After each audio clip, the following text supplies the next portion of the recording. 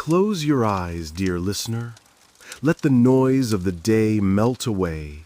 Allow each breath to slow, like a soft breeze drifting through ancient ruins. Tonight, we set sail to Letters Across Time, a love story. The first time I saw the desk, it was standing in the far corner of a dusty barn at the edge of the village. The barn doors had been pushed wide to let in the pale afternoon light, and the air smelled faintly of hay and old timber. Outside, wind moved through the long grass, whispering against the walls. Inside, everything seemed caught in a kind of stillness, as though the air itself had settled for a long nap. The desk was not the sort of thing that called out to you. It didn't shine. It didn't boast. Its surface was dull from age, the polish long since worn away where hands had rested over the years. The wood, oak, I thought, carried a soft, honey tone beneath the thin film of dust. It was the sort of piece that had lived through decades without complaint. I stepped closer, brushing my fingers along the top. The surface was uneven, marked with the faint grooves of writing, impressions left by someone's pen pressing against paper long ago. One corner had a dark ring where a teacup had once stood, perhaps many times over. The drawers were fitted with brass handles, each one tarnished to a gentle green. The man running the sale came over, moving at the slow pace of someone who had been up since sunrise. "Old thing, isn't it?" he said, resting his hands on his hips.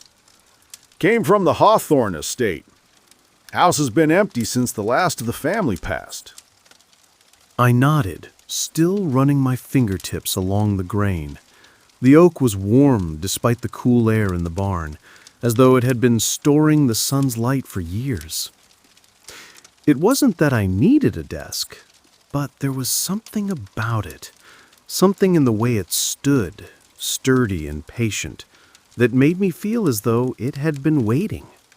"I'll take it," I heard myself say, and the words felt certain. By evening, it was in my cottage, positioned beneath the front window where the light would fall across it in the mornings. I wiped it down carefully, the cloth coming away dark with years of settled dust. The smell of old wood rose into the air, faintly sweet, with a note of cedar hidden deep inside. It was while cleaning one of the side drawers that I noticed the false back. At first, I thought it was just the shadow of the wood, but my fingers found the narrow edge where a panel sat loose. With a gentle tug, the board shifted, revealing a small compartment no wider than a shoebox. Inside was a bundle of envelopes, tied together with a faded blue ribbon. The ribbon had been bright, perhaps, but now it was the soft color of a summer sky seen through mist.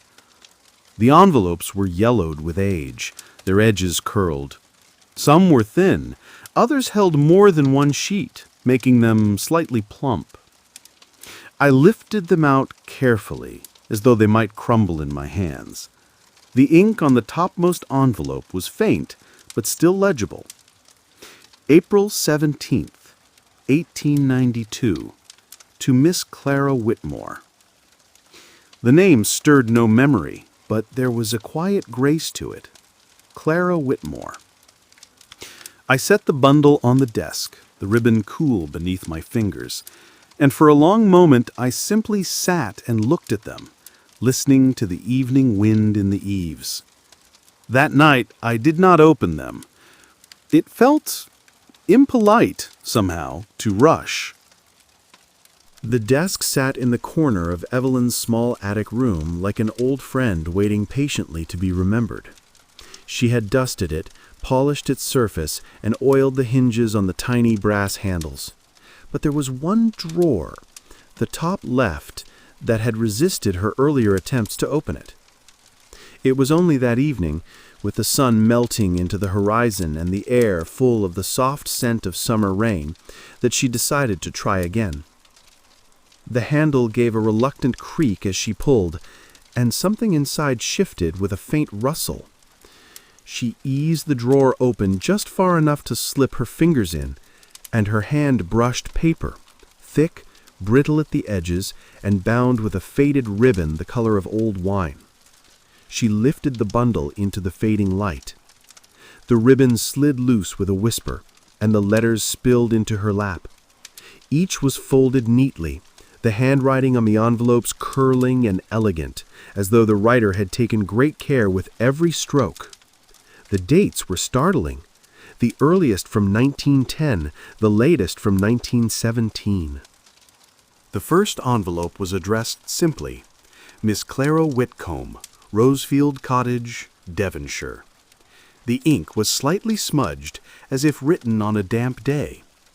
Evelyn hesitated for a long moment before unfolding the paper inside, feeling the fragile texture beneath her fingers. The words began without formality, as though the writer had known Clara well enough to dispense with pleasantries. My dearest Clara, I hope the roses by your window are still in bloom. When I left last week, they were just beginning to open, and I could not help but think of you every time I saw them, lifting their faces to the light.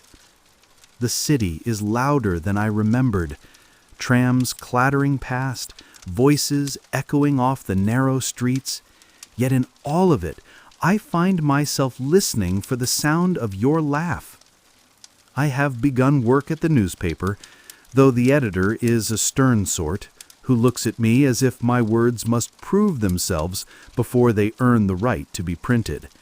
Still, I like the smell of ink on my hands. It reminds me that I am building something, even if I cannot yet name what it is. But if I am honest, Clara, my mind is not on headlines or typesetting. It is on the memory of your hand in mine, the warmth of your voice when you told me not to forget me, as though that were even possible. I am counting the days until I can return. Yours always, Henry. Evelyn sat back, the letter lying open on her lap. It was such an ordinary thing, paper, ink, and yet it seemed to hum faintly in the quiet of the attic, as though the words carried their own pulse. She imagined the young man who had written it, ink-stained fingers, perhaps a nervous energy in his movements, the kind that came from wanting to impress not just an editor, but the woman waiting somewhere far away. She read the letter twice more, letting the rhythm of the handwriting seep into her mind. There was something deeply peaceful about the way Henry wrote. No urgency, no clumsy declarations, only a steady current of feeling, like a tide that would always return. Outside, night was settling over the rooftops. The rain had stopped, leaving the air cool and fresh. Evelyn placed the letter back in its envelope, tied the ribbon loosely around the bundle, and set it gently atop the desk. She felt, oddly, as if she had just overheard the beginning of a story, one that had been waiting more than a century for someone to listen. And in the stillness, she knew she would open another letter tomorrow. The next morning, Evelyn returned to the desk as though drawn by a quiet thread. The attic was filled with that gentle, drowsy light that comes on late summer mornings, the kind that softens edges and makes dust motes float like tiny lanterns. The bundle of letters lay exactly where she had left it, the ribbon curled loosely around it. She untied it again and chose the second envelope. The handwriting was smaller, more precise, and the paper had a faint scent, faint but still there, of lavender. The envelope was postmarked Devonshire, June 1910. Inside, the paper was smooth and carefully folded, the ink darker than in Henry's letter. Clara's words began with a quiet grace. My dear Henry, your letter reached me yesterday afternoon, and I confess I sat by the window long after reading it, watching the roses sway in the breeze as though they might carry my thoughts back to you. Yes, they are in bloom, more than in bloom. Each morning I find a few petals scattered on the windowsill, as though the garden leaves me little notes of its own. They make me think of you, though I suppose you knew they would. Life here is much as it has always been, the rhythm of the village unchanging. The grocer's boy whistling the same tune, the church bells marking the hours. And yet, without you, I notice the stillness more. Even the air feels different. I am glad the newspaper has taken you on, though I hope you will not wear yourself too thin trying to please a man who cannot see the light in your words. Write what is true, Henry. It is the truth in your sentences that made me, well, you know. I find myself listening, sometimes, for the sound of the postman's steps along the lane. How strange to measure my days not by the clock, but by the hope of your handwriting. Come home soon. The roses are waiting. Yours always, Clara. Evelyn let the letter rest in her hands for a while before setting it beside Henry's. There was something so tender about the way they wrote to each other, not in grand declarations, but in quiet acknowledgments, in the smallest details of their worlds. She could almost see Clara, sitting by a cottage window, a faint breeze stirring the lace curtain, her fingers stained faintly with garden soil as she paused to write. It was a different time, a slower one, a time when love could stretch itself out in the space between letters, when waiting was not a burden but part of the conversation. Evelyn wondered how many more letters there were, and whether the thread between Henry and Clara had held through all those years, or whether it had frayed under the weight of distance. For now, she placed Clara's reply back into its envelope and tied the ribbon loosely around the two letters. She would open another tomorrow, or perhaps tonight if the quiet called her strongly enough. That evening, Evelyn could not resist. The sun had barely set, but the attic felt like another world. Still, dim and edged with the scent of the old desk's wood. She lit the small lamp near the window, its glow pooling over the scattered envelopes. She reached for the next letter, postmarked London, July 1910. The paper was slightly crinkled, as if it had been carried in a pocket for some time before posting. The handwriting was Henry's again, though a little more hurried than before. My dear Clara, it is warm here, so warm that the streets themselves seem to waver in the heat. The city smells of coal and bread, and in the evenings there is a strange quiet, as if even London must rest after such days. Your words about the roses have stayed with me. I can picture them, and you, more clearly than I can see anything beyond the window before me. Perhaps that is why I carry your letter in my pocket. It is a talisman of sorts, one that makes this strange city feel a little less like a place I must endure, and more like a path that might lead me home. The work at the paper goes on. You would laugh to see me at it. I am asked to write about things I do not care for, yet I find ways to slip myself into the lines. A sentence here, a turn of phrase there. I think of you reading between them and knowing me still. I am trying to save for the train fare to visit at the end of the summer. There is a man here, another reporter, who says he can arrange a piece that might bring me a little extra pay. If that comes through, I will take the first train I can. Promise me the roses will still be there when I arrive. Yours, Henry. Evelyn set the letter down slowly.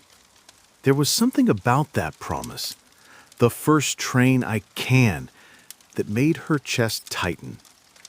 It was not just the romance of it, but the reality, the small, fragile hopes that people once placed in letters when there was no instant way to bridge the distance.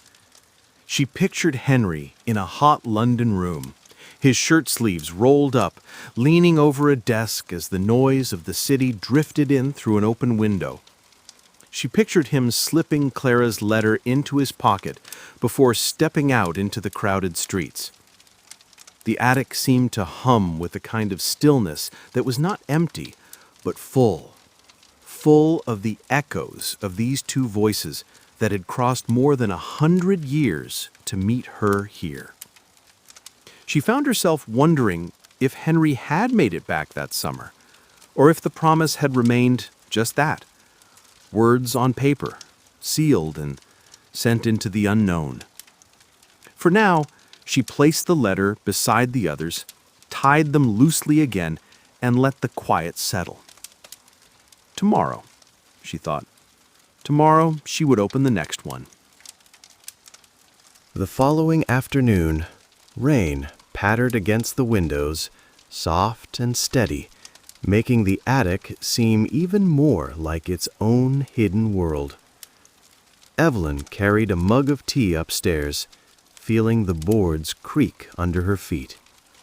She untied the bundle, her fingers brushing the rough twine. The next letter was dated September 1910, just weeks after Henry's promise to come home. The envelope bore a faint smear, as though it had been caught in the rain before being opened. This time, the handwriting was Clara's. It was careful, but Evelyn could sense the hesitation between the lines, the pauses where the pen must have hovered. My dear Henry, I was at the station on Saturday.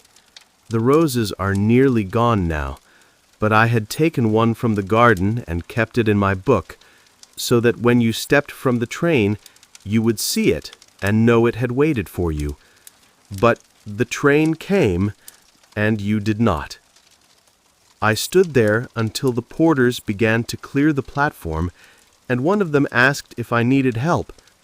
I smiled, said I had made a mistake about the time, and walked home with the rose still between the pages. Perhaps something kept you in London. I am sure it must have been important. But I will admit, Henry, that I am afraid of the silences between our letters. They stretch too wide sometimes, and I begin to wonder if they will ever close again.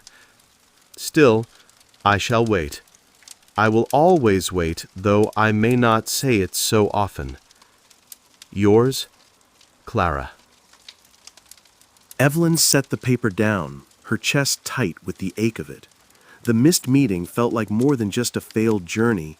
It was a hinge moment, one that did shift the whole course of their story. She thought of Clara at the station, holding her book with the hidden rose, scanning each face that stepped down from the train. She thought of the walk home and the quiet weight of disappointment carried alongside love. Outside, the rain deepened, a steady percussion on the roof. In the attic, Evelyn felt as though she were standing in that station herself, watching the empty platform. She reached for the next envelope almost without thinking. Something told her she would not be able to stop after this. The next envelope Evelyn chose was months later, January 1911. Its paper was yellowed more deeply, and when she slid the letter free, a faint scent of old lavender rose from it, like a ghost of something once fresh. This time, it was Henry's voice. His words were fuller than Clara's had been, but there was a weariness to the ink, as though he had been carrying the weight of it for too long before finally writing. My dearest Clara, you have every right to be cross with me. I cannot tell you how many times I meant to write before now, but each day was stolen by something urgent, something that seemed it could not wait. And yet, what is more urgent than you? The truth is that I did try to come that day in September. I reached the station in London, ticket in hand, but there was a messenger from the office waiting for me. One of the directors had taken ill, and I was called to stand in for him at a meeting that lasted deep into the night. I told myself I would explain it in my next letter, but then another week passed, and then another, and the shame of the delay became its own wall. I feared that when you read my words, you would see only excuses. Clara, I am not a man given to dramatics, but these past months have been emptier than I can rightly say. I walk the streets here, and the city is noisy and full, but it feels hollow without you in it. Please forgive the silence. Please believe that the space between us is only miles, not the absence of care. I have marked the calendar for Easter. I will be there if I have to walk the length of the country. Yours always, Henry. Evelyn read it twice, her throat tightening. She thought about how silence could grow like ivy, slowly, almost invisibly at first, until it covered everything. Henry's words carried both longing and guilt, and Evelyn could imagine Clara reading them in the winter light, torn between relief and the residue of hurt. She leaned back, listening to the rain ease outside. The attic seemed to breathe with her, the air holding the echoes of voices that had been silent for more than a century. She glanced at the remaining letters. The story was far from over, but something in her already feared what might be coming. The first buds of spring were just beginning to appear on the branches outside Clara's window when she opened the next letter. It was dated March 29th, 1910. The ink slightly smudged in places, as if the writer's hand had lingered in hesitation before finishing each sentence. March 29th, 1910. My dearest Clara, I know my last letter went unanswered, and I've thought of every possible reason for your silence. Perhaps you were unwell. Perhaps the postman lost my words to the wind, or perhaps you've simply changed your mind. If it's the last, I will not trouble you again. But if not, if there is any small chance that I still hold a place in your thoughts, please, I will be in town for Easter Sunday, at the church with the worn stone steps, just as before. If you come, I will wait until the bells stop ringing. If you do not, I will know my answer. Yours, William. Clara sat with the letter in her lap, her heart caught between longing and the fear of finding he had grown into someone she no longer knew. A year had passed since she last saw him, and in that time her father had grown frail, the house quieter, her own days filled with the endless rhythm of care. Easter Sunday dawned pale and cold, the air sharp with the scent of early rain. She walked to the church alone, the sound of her footsteps echoing on the cobbled street. William was there, standing by the worn steps, exactly where he'd promised. His hair was a little shorter, his shoulders broader. When he saw her, a slow smile spread across his face, not the quick, boyish grin she remembered, but something steadier, warmer, as if time had shaped him. They spoke little at first, just walked together after the service, past fields greening with spring. It was enough to know that neither had forgotten.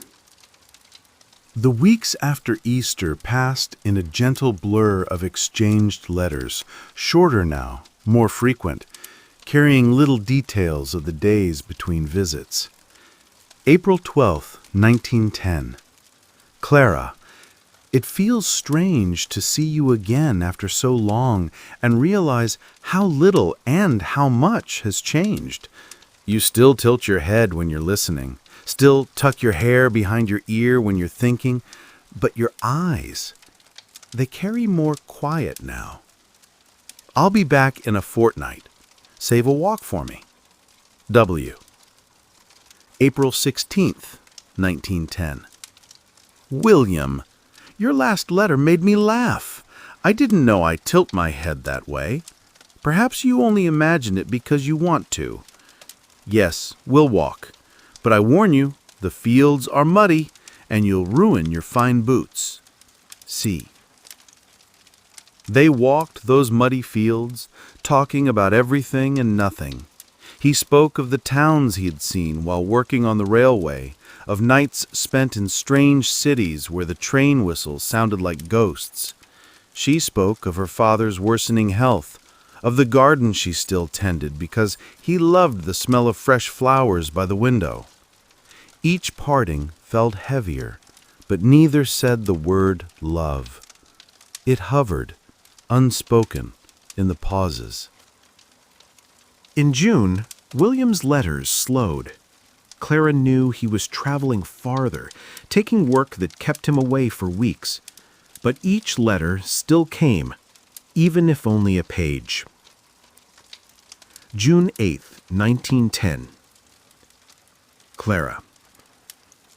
I am writing this from a boarding house where the windows rattle in the wind and the bed creaks with every breath. I keep thinking how quiet your kitchen is, how steady the sound of the clock in the hallway. Work is harder here, and the men rougher, but I carry the thought of you like a coin in my pocket, something I reach for without thinking. I'll be home by July. W. July came, but William didn't. His letter arrived late, written in haste. July 14th, 1910. C. There's been an accident on the line. No one I know, but it's slowed everything. I'll return when I can. W. Clara read it twice, sensing what wasn't said. By September, her father's illness deepened. She wrote to William less often, her days consumed by nursing. When his letters came, she read them in the quiet hours after her father had fallen asleep, his breathing shallow in the next room. One letter stood out, the writing uneven, the tone more urgent. September 28th, 1910. Clara, there's talk of moving me to work further north, near the coast. I don't want to go without seeing you again. Can you meet me before the month ends? If you can't, write me anyway. I need your words. W. She didn't meet him. Her father passed away 2 days after the letter arrived. The funeral was small, the house unbearably quiet afterward. She didn't write to William for nearly 3 months. On Christmas Eve, a letter arrived in an unfamiliar hand. December 20th, 1910. Miss Clara, I write with regret to tell you that William Thomas is missing. His last known location was near the coastal tracks during a winter storm. The railway office is still making inquiries, but the weather has made travel difficult. We hope for news soon. J. Edwards, Station Master. Clara sat at the desk, the snow falling thick beyond the window, and stared at the letter until the ink blurred. 1911 passed in fragments. She kept William's old letters in the drawer of the desk, reading them on nights when the wind rattled the shutters. No more came. She told herself he had been lost at sea, or taken by the storm, but some part of her refused to accept it. It was nearly 10 years later, in 1921, when Clara inherited the very desk I found in the attic. While cleaning one of the hidden compartments, she found a sealed envelope, addressed, in William's hand. March 3rd, 1911. Clara, if you find this, it means I didn't get to see you again.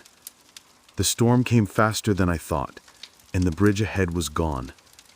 I want you to know I loved you. Quietly at first, then so fiercely I couldn't speak it without feeling I'd set the whole world on fire. If there's another life after this one, I'll find you there. W. Clara kept that letter in the desk until her death. She never married. And so here I am, over 100 years later, reading these words aloud in a quiet room. The desk creaks faintly in the corner. Somewhere outside, the wind moves through the trees. I don't know if the story is finished. Perhaps in some way it never will be. Because letters like these, words written in love and found by strangers, don't really belong to the past. They live in the moment you read them, and in the silence afterward. And maybe, just maybe, someone is still waiting.